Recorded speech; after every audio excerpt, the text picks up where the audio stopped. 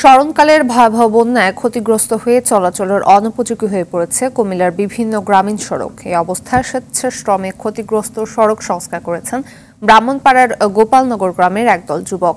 তাদের সহযোগিতায় এগিয়ে এসেছে এলাকার বিত্তবানরা। কুমিল্লা থেকে গোলাম কিবরিয়ার প্রতিবেদন জানাচ্ছেন জুবের আসিন।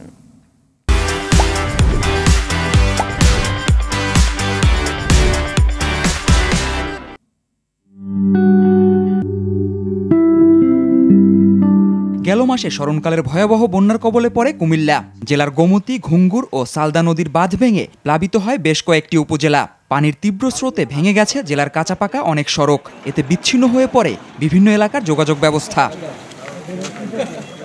এবার এসব ক্ষতিগ্রস্ত রাস্তা সংস্কারে এগিয়ে এসেছেন ব্রাহ্মণপাড়া উপজেলার গোপালনগর গ্রামের যুব সমাজ। গেল এক সপ্তাহ ধরে স্বেচ্ছাশ্রমে সড়ক মেরামতে কাজ করে যাচ্ছেন তারা। আমরা ব্রাহ্মণপাড়া থানার মধ্যে যে ত্রাণের আশ্রয় কেন্দ্রের মধ্যে খাবার বিতরণে আমরা ব্রাহ্মণপাড়া থানা ইতিহাস গঠন করছি। গোপালনগর জাগ্রত সেবা সংঘের উদ্যোগে প্রায় 1.5 থেকে 2 কিলোমিটার রাস্তা অলরেডি আমরা সংস্কার করে আসছি। আমাদের গ্রামের স্থানীয় যারা আছে, প্রবাসী যারা আছে, এটা আমরা নিজস্বভাবে একটা কালেকশন করি। ওই বন্যাতদের জন্য প্রথমে শুরু করছিলাম, আরও 2.5 লাখ 3 লাখ টাকার মতো ছিল। এটা দিয়ে কাজ শুরু করছি। আল্লাহর মধ্যে সবাই সাপোর্ট দিচ্ছে আমাদেরকে। মেরামতের পর সড়কগুলোতে শুরু হয়েছে যানবাহন চলাচল। এতে খুশি গাড়ি চালক ও স্থানীয়রা। যে আমার ভাইয়েরা যে এখন যে উদ্যোগটা নিয়ে আমাদেরকে যে রাস্তাটা মেরামত করে করে দিয়েছিল, তা আমাদের চলাচল করতে অনেক সুবিধা হচ্ছে। আমরা আজ 15 দিন ধরে গাড়ির বইটা চালাইতে পারতাছি না। অনিতানা বান্দার পরে আমরা মোটামুটি চালাইতে পারি।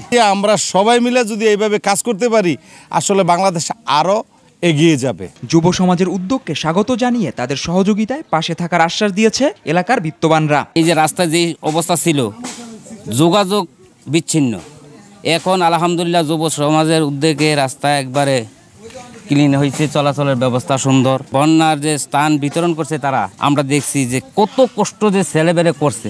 গোপালনগরের যুব সমাজের উদ্যোগে যে কাজগুলা তদারকি করতেছে এবং তারা যে সহযোগিতাটা করতেছে, এটা আমাদের শুধু গোপালনগরবাসী না, সারা বাংলাদেশ একটা মডেল হিসেবে থাকা দরকার। এই পাশাপাশি ইউনিয়ন সাহেবকে আমি বলতেছি, উনি যেন তাদের সাথে সম্পৃক্ত হয়ে এ কাজে তদারকি করে।